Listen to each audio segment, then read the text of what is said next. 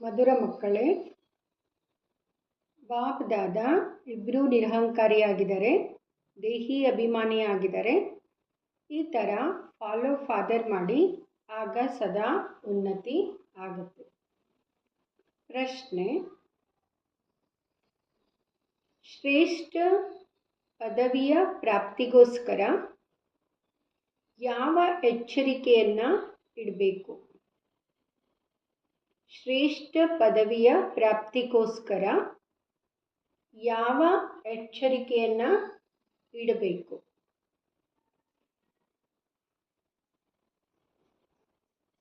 ಉತ್ತರ: ಶ್ರೇಷ್ಠ ಪದವಿಯನ್ನು ಪಡಿಬೇಕು, ಆದ್ದರಿಂದ ಎಚ್ಚರಿಕೆ ಇಟ್ಕೊಳ್ಳಿ.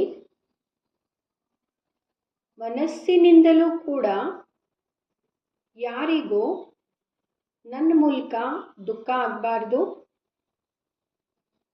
ಎರಡನೇದು, ಯಾವುದೇ ಪರಿಸ್ಥಿತಿಯಲ್ಲಿ ಕೋಪ ಬರಬಾರ್ದು.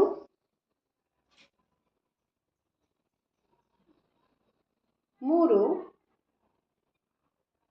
ಬಾಬಾವರ ಮಗುವಾಗಿ ಬಾಬಾವರ ಕಾರ್ಯದಲ್ಲಿ ಈ ರುದ್ರ ಯಜ್ಞದಲ್ಲಿ ಯಾವುದೇ ಕಾರಣಕ್ಕೂ ನಾನು ವಿಘ್ನರೂಪ ಆಗಬಾರ್ದು. ಹಾಗೇನಾದ್ರೂ ಯಾರಾದರೂ ಬಾಯಿಂದ ಬಾಬಾ ಬಾಬಾ ಅಂತ ಹೇಳ್ತಾರೆ, ಆದರೆ ನಡವಳಿಕೆಯಲ್ಲಿ ರಾಯಲ್ಟಿ ಇಲ್ಲ, ಆಗ ಶ್ರೇಷ್ಠ ಪದವಿ ಸಿಗಲ್ಲ.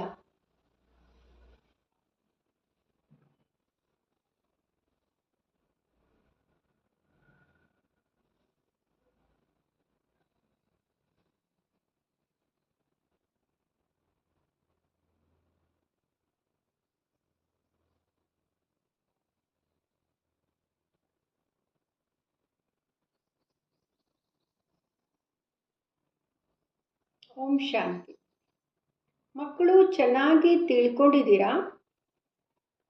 ಬಾಬಾವರಿಂದ ಆಸ್ತಿ ಪಡಿಬೇಕು. ಹೇಗೆ? ಶ್ರೀಮತದಂಗೆ.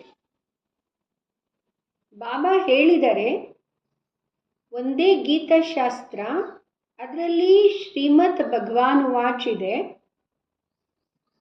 ಭಗವಂತ ಎಲ್ಲರ ತಂದೆ.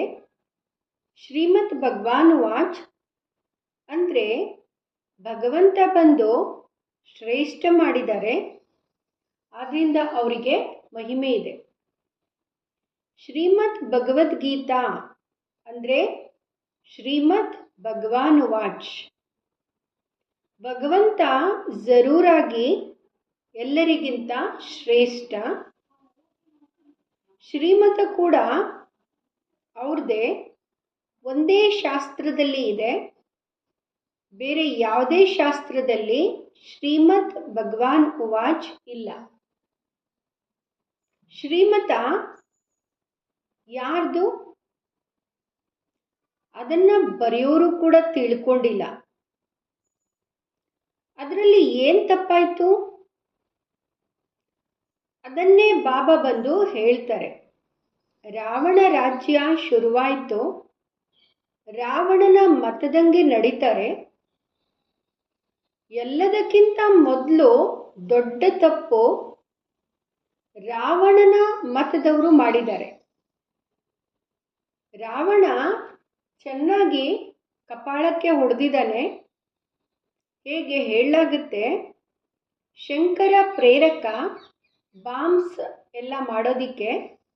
ಅದೇ ರೀತಿ ಈ 5 ವಿಕಾರರೂಪಿ ರಾವಣ ಪ್ರೇರಕ ಮನುಷ್ಯರನ್ನ ಪತಿತ ಮಾಡೋದಿಕ್ಕೆ. ಅದಕ್ಕೋಸ್ಕರ ಕರೀತಾರೆ ಪತಿತ ಪಾವನ ಬಾ. ಆದ್ದರಿಂದ ಪತಿತ ಪಾವನ ಒಬ್ಬರೇ. ಇದರಿಂದ ಸಿದ್ಧ ಆಗುತ್ತೆ ಪತಿತ ಮಾಡೋರು ಬೇರೆಯವರಿದ್ದಾರೆ,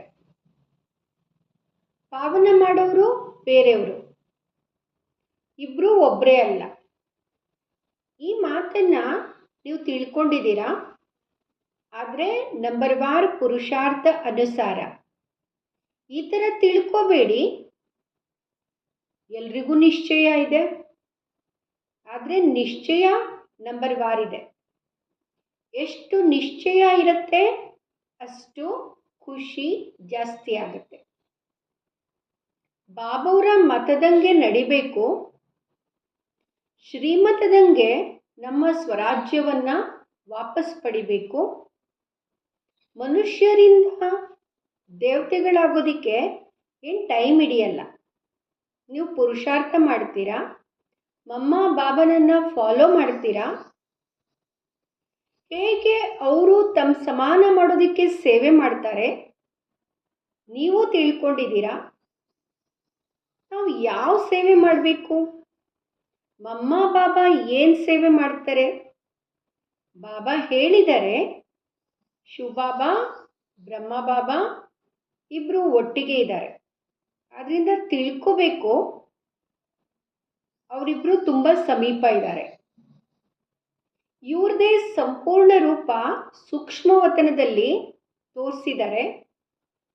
ಸೂಕ್ಷ್ಮವತನದಲ್ಲಿ ಇವರ ಸಂಪೂರ್ಣ ರೂಪ ತೋರಿಸಿದ್ದಾರೆ ಅಂದರೆ ಇವರು ಎಲ್ರಿಗಿಂತ ಮುಂದೆ ಇದ್ದಾರೆ. ಆದರೆ ಹೇಗೆ ಬಾಬಾ ನಿರಹಂಕಾರಿ, ದೇಹಿ ಅಭಿಮಾನಿ, ಹಾಗೇನೆ ದಾದನು ಕೂಡ ನಿರಹಂಕಾರಿ. ಹೇಳ್ತಾರೆ, ಶಿವಬಾಬನೇ ಹೇಳ್ತಾರೆ. ಮುರಳಿಯಲ್ಲಿ ಬಾಬಾ ಸ್ವಯಂ ಹೇಳ್ತಾರೆ, ನೀವು ಯಾವಾಗಲೂ ಹಾಗೆ ತಿಳ್ಕೊಳ್ಳಿ, ಶಿವಬಾಬಾ ಇವ್ರ ಮೂಲಕ ಹೇಳ್ತಾ ಇದ್ದಾರೆ. ಬ್ರಹ್ಮ ಬಾಬಾನೂ ಕೂಡ ಕೇಳ್ತಾರೆ. ಈಗ ಬ್ರಹ್ಮ ಬಾಬಾ ಕೇಳಲಿಲ್ಲ ಮತ್ತೆ ಬೇರೆಯವ್ರಿಗೆ ಹೇಳಲಿಲ್ಲ ಅಂದರೆ ಶ್ರೇಷ್ಠ ಪದವಿಯನ್ನು ಹೆಂಗೆ ಪಡಿತಾರೆ? ಆದರೆ ತಮ್ಮ ದೇಹ ಅಭಿಮಾನವನ್ನು ಬಿಟ್ಟು ಹೇಳ್ತಾರೆ, ಸದಾ ತಿಳ್ಕೊಳ್ಳಿ, ಶಿವಬಾಬಾ ಹೇಳ್ತಾರೆ. ನಾವು ಪುರುಷಾರ್ಥ ಮಾಡ್ತಾ ಇದ್ದೀವಿ. ಶಿವಬಾಬಾನೂ ಕೂಡ ಹೇಳ್ತಾರೆ. ಶಿವಬಾಬಾ ಏನು ಹೇಳ್ತಾರೆ? ಇವರೂ ಕೂಡ ಅಂದರೆ ಬ್ರಹ್ಮ ಬಾಬಾ ಕೂಡ ಪತಿತ ಪನವನ್ನು ಪಾಸ್ ಮಾಡಿದ್ದಾರೆ. ಆದರೆ ಮಮ್ಮ ಕುಮಾರಿ ಇದ್ದರು, ಅದರಿಂದ ಮಮ್ಮ ಮೊದಲು ಹೋದರು, ಅಂದರೆ ಮೊದಲು ಶ್ರೇಷ್ಠ ಪದವಿಯನ್ನು ಪಡ್ಕೊಂಡ್ರು. ನೀವು ಕುಮಾರಿಯರು ಮಮ್ಮನನ್ನು ಫಾಲೋ ಮಾಡಿ, ಗೃಹಸ್ಥಿಗಳು ಬ್ರಹ್ಮ ಬಾಬನನ್ನು ಫಾಲೋ ಮಾಡಿ. ಪ್ರತಿಯೊಬ್ಬರು ತಿಳ್ಕೋಬೇಕು, ನಾನು ಪತಿತ, ಈಗ ಪಾವನ ಆಗಬೇಕು. ಮುಖ್ಯ ಮಾತು, ಬಾಬಾ ನೆನಪಿನ ಯಾತ್ರೆಯನ್ನ ಕಲಿಸ್ಕೊಡ್ತಾರೆ. ಇದರಲ್ಲಿ ದೇಹಾಭಿಮಾನ ಇರಬಾರ್ದು. ಸರಿ, ನೀವು ಮುರಳಿನ ಯಾರಿಗೂ ಹೇಳಕ್ಕಾಗಲ್ಲ, ನೆನಪಿನ ಯಾತ್ರೆಯಲ್ಲಿ ಇರಿ. ನೆನಪಿನ ಯಾತ್ರೆಯಲ್ಲಿ ಇದ್ದು ಮುರಳಿಯನ್ನ ಬೇರೆಯವರಿಗೆ ಹೇಳಿ. ಆದರೆ ನೆನಪಿನ ಯಾತ್ರೆ ಮರೆತ್ರೆ ಪರವಾಗಿಲ್ಲ.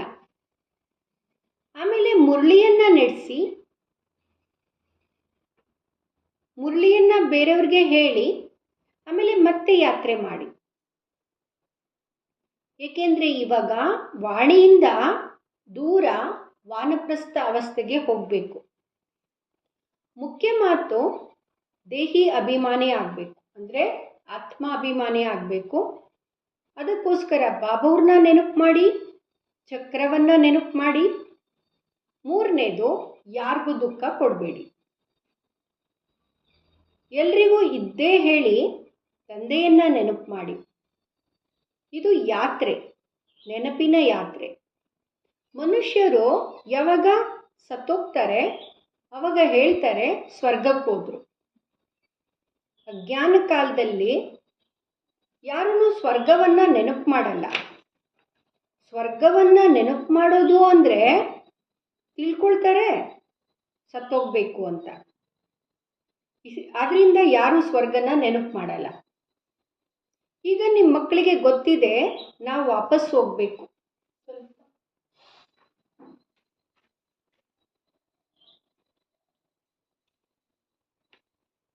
ಈಗ ಬಾಬಾ ಹೇಳ್ತಾರೆ, ನೀವೆಷ್ಟು ನೆನಪು ಮಾಡ್ತೀರಾ ಅಷ್ಟು ಖುಷಿ ಜಾಸ್ತಿ ಆಗುತ್ತೆ, ಆಸ್ತಿ ನೆನಪಾಗುತ್ತೆ.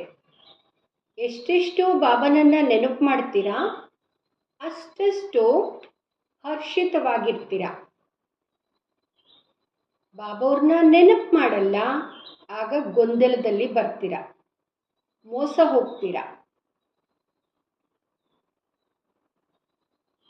ಅಷ್ಟೋ ಸಮಯ ಬಾಬವ್ರನ್ನ ನೆನಪು ಮಾಡಲ್ಲ. ಬಾಬಾ ಪ್ರಿಯತಮ ಪ್ರಿಯತಮೆಯರ ಉದಾಹರಣೆ ಕೊಡ್ತಾರೆ. ಅವರು ಅವ್ರವ್ರದ್ದು ವ್ಯಾಪಾರ ವಹಿವಾಟು ಕೆಲಸ ಕಾರ್ಯ ಮಾಡ್ತಾ ಇರ್ತಾರೆ. ತಿಳ್ಕೊಳ್ಳಿ, ಚರ್ಕ ನಡೆಸ್ತಾ ಇದ್ದಾರೆ. ಆದರೆ ಅವ್ರ ಎದುರುಗಡೆ ಪ್ರಿಯತಮ ಬಂದು ನಿಂತ್ಕೊಳ್ತಾನೆ. ಹಂಗೇನೆ ಪ್ರಿಯತಮೆ ಪ್ರಿಯತಮನನ್ನ ನೆನಪು ಮಾಡ್ತಾಳೆ, ಪ್ರಿಯತಮ ಪ್ರಿಯತಮೆಯನ್ನ ನೆನಪು ಮಾಡ್ತಾನೆ. ಆದರೆ ಇಲ್ಲಿ ನೀವು ಒಬ್ಬ ತಂದೆಯನ್ನ ನೆನಪು ಮಾಡಬೇಕು, ಅವರೇ ಎಲ್ಲರ ಪ್ರಿಯತಮ. ನೀವು ಮಕ್ಕಳು ಬರಿತೀರಾ, ಬಾಬಾ ನೀವು ನನ್ನನ್ನು ನೆನಪು ಮಾಡ್ತೀರಾ? ನಾನು ಎಲ್ಲರ ಪ್ರಿಯತಮ, ನಾನು ನೀವು ಪ್ರಿಯತಮೆಯರನ್ನ ಯಾಕೆ ನೆನಪು ಮಾಡಲಿ? ಸಾಧ್ಯನೇ ಇಲ್ಲ. ಏಕೆಂದರೆ ಅವರು ಎಲ್ಲರ ಪ್ರಿಯತಮ ಶಿವಬಾಬಾ. ಅವರು ಯಾರಿಗೂ ಪ್ರಿಯತಮೆ ಆಗಲ್ಲ. ನೀವೇ ನೆನಪು ಮಾಡಬೇಕು. ನೀವು ಪ್ರತಿಯೊಬ್ಬರೂ ಕೂಡ ಪ್ರಿಯತಮೆ ಆಗಬೇಕು. ಏಕೆಂದರೆ ಆತ್ಮ ಪ್ರಿಯತಮ. ಆತ್ಮ ಪ್ರಿಯತಮ ಆಗೋದಕ್ಕೆ ಸಾಧ್ಯ ಇಲ್ಲ. ಎಲ್ಲ ಆತ್ಮಗಳೂ ಪ್ರಿಯತಮೆಯರೇ, ಮೇಲಿರ್ಬೋದು ಫೀಮೇಲ್ ಇರ್ಬೋದು, ಪ್ರಿಯತಮೆ. ಬಾಬಾ ಒಬ್ಬರೇ ಪ್ರಿಯತಮ. ಹಾಗೇನಾದ್ರೂ ಬಾಬಾ ಪ್ರಿಯತಮೆ ಆದರೆ ಎಷ್ಟು ಜನನ್ನ ನೆನಪು ಮಾಡಬೇಕಾಗುತ್ತೆ? ಯಾರನ್ನ ಅಂತ ನೆನಪು ಮಾಡ್ತಾರೆ? ಸಾಧ್ಯ ಇಲ್ಲ. ಆದ್ದರಿಂದ ಹೇಳ್ತಾರೆ, ಏನು ನನ್ನ ತಲೆ ಮೇಲೆ ಏನಾದ್ರೂ ಪಾಪದ ಹೊರೆ ಇದೆಯಾ? ಪಾಪದ ಹೊರೆಯನ್ನು ಇಳಿಸೋದಕ್ಕೆ ನಾನು ಯಾರನ್ನಾದ್ರೂ ನೆನಪು ಮಾಡಲಾ? ನಿಮ್ಮ ತಲೆ ಮೇಲೆ ಹೊರೆ ಇದೆ. ಬಾಬನನ್ನು ನೆನಪು ಮಾಡಲಿಲ್ಲ ಅಂದರೆ ಪಾಪದ ಹೊರೆ ಕೆಳಗಡೆ ಇಳಿಸೋಕ್ಕಾಗಲ್ಲ. ಆದರೆ ನಾನು ಯಾಕೆ ಯಾರನ್ನಾದ್ರೂ ನೆನಪು ಮಾಡಲಿ? ನೀವು ನೆನಪು ಮಾಡಬೇಕು.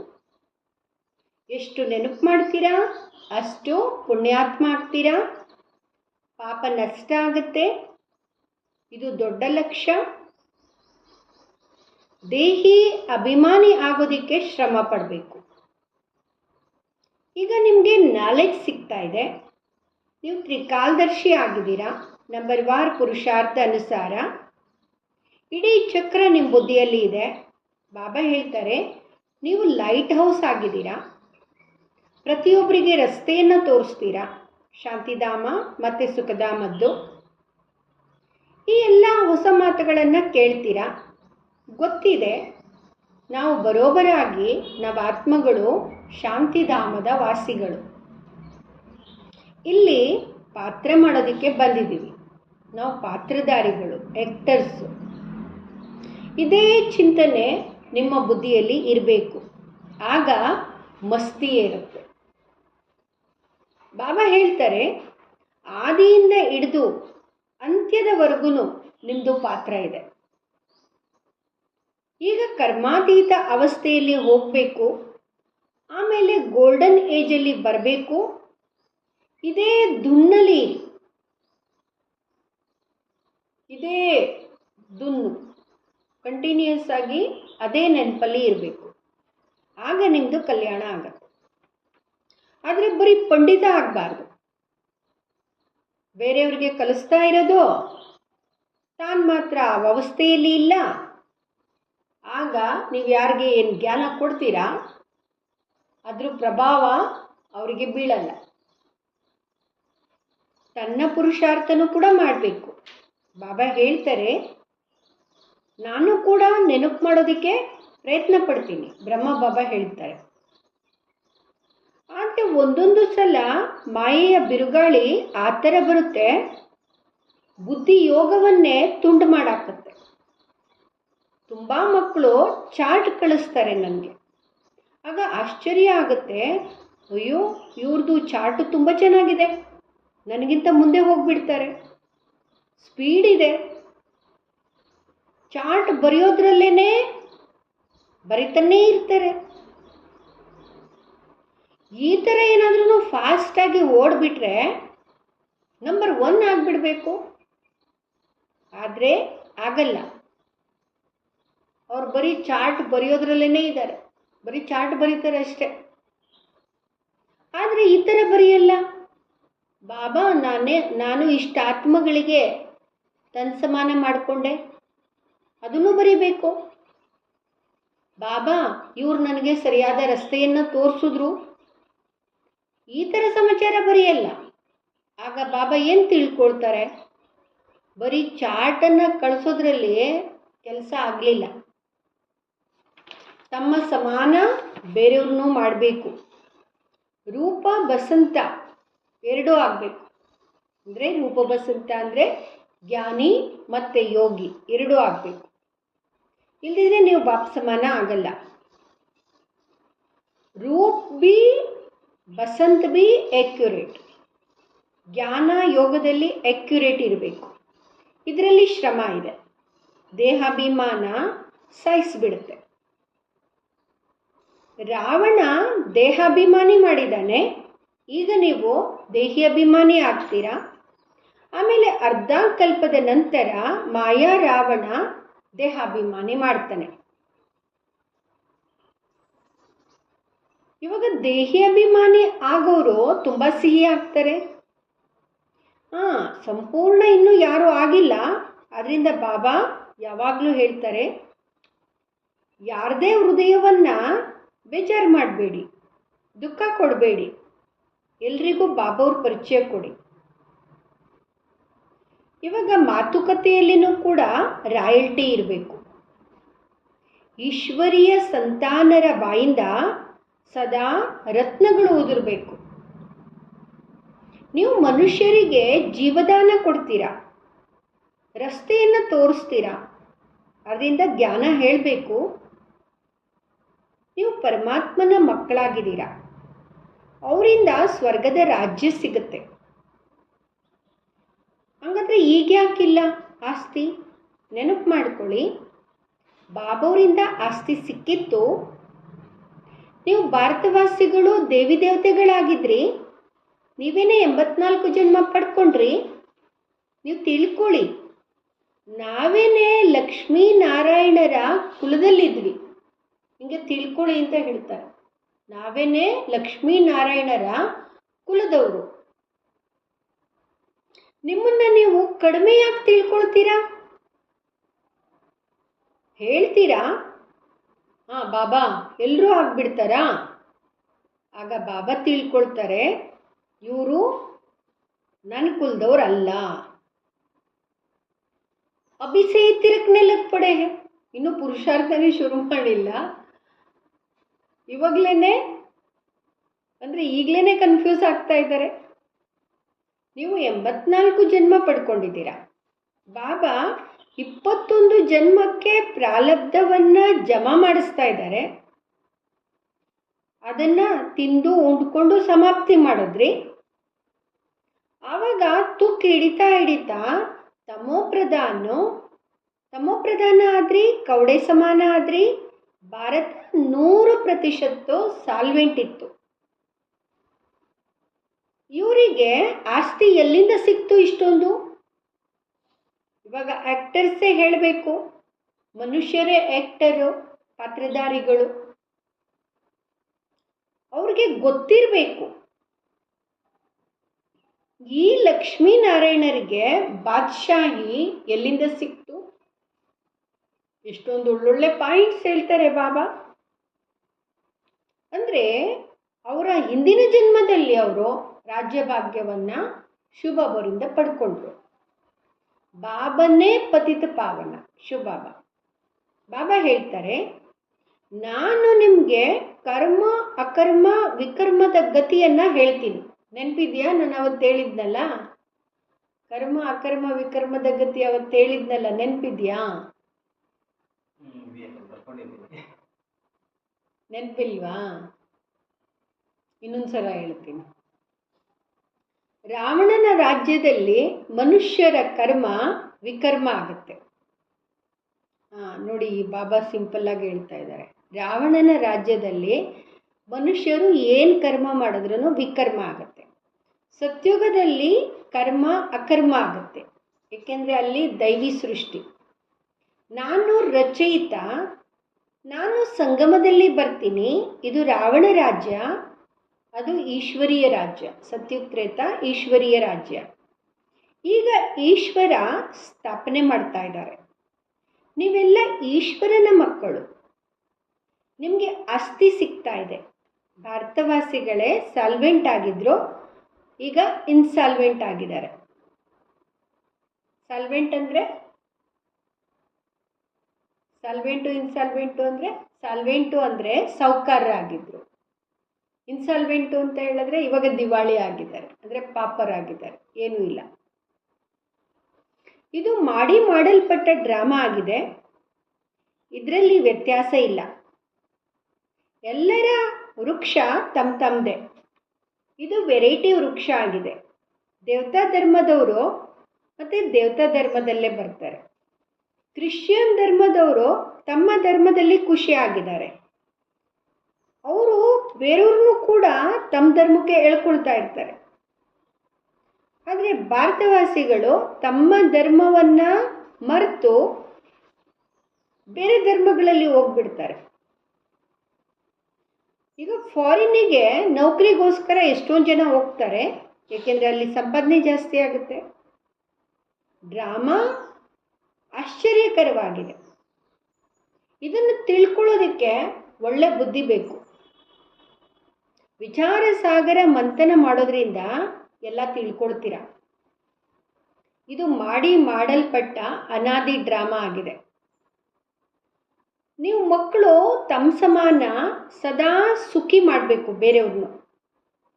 ಇದು ನಿಮ್ಮ ವ್ಯಾಪಾರ ಆಗಿದೆ, ಪತಿತರನ್ನ ಪಾವನ ಮಾಡೋದು. ಏನು ಬಾಬವರ ದಂಧೆ ಅದೇ ನಿಮ್ಮ ದಂಧೆ. ದಂಧೆ ಅಂದರೆ ವ್ಯಾಪಾರ.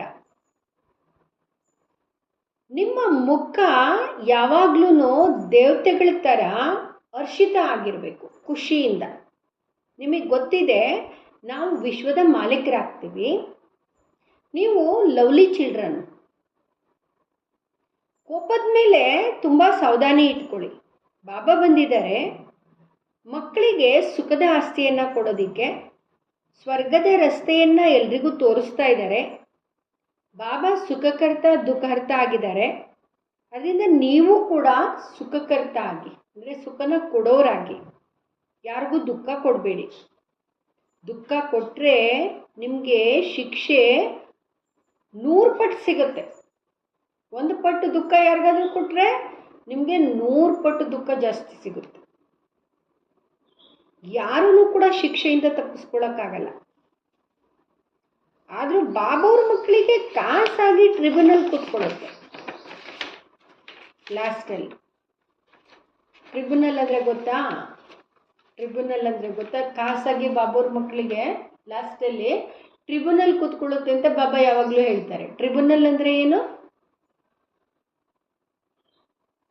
ಅಂದರೆ ಬಾಬವ್ರ ಅನನ್ಯ ಮಕ್ಕಳು, ಮಹಾರಥಿ ಮಕ್ಕಳು. ಮಹಾರಥಿ ಮಕ್ಕಳು ಅಂತ ಹೇಳಿದ್ರೆ ಈಗ ಫೇಮಸ್ ಆಗಿದ್ದಾರಲ್ಲ ಅವರಲ್ಲ.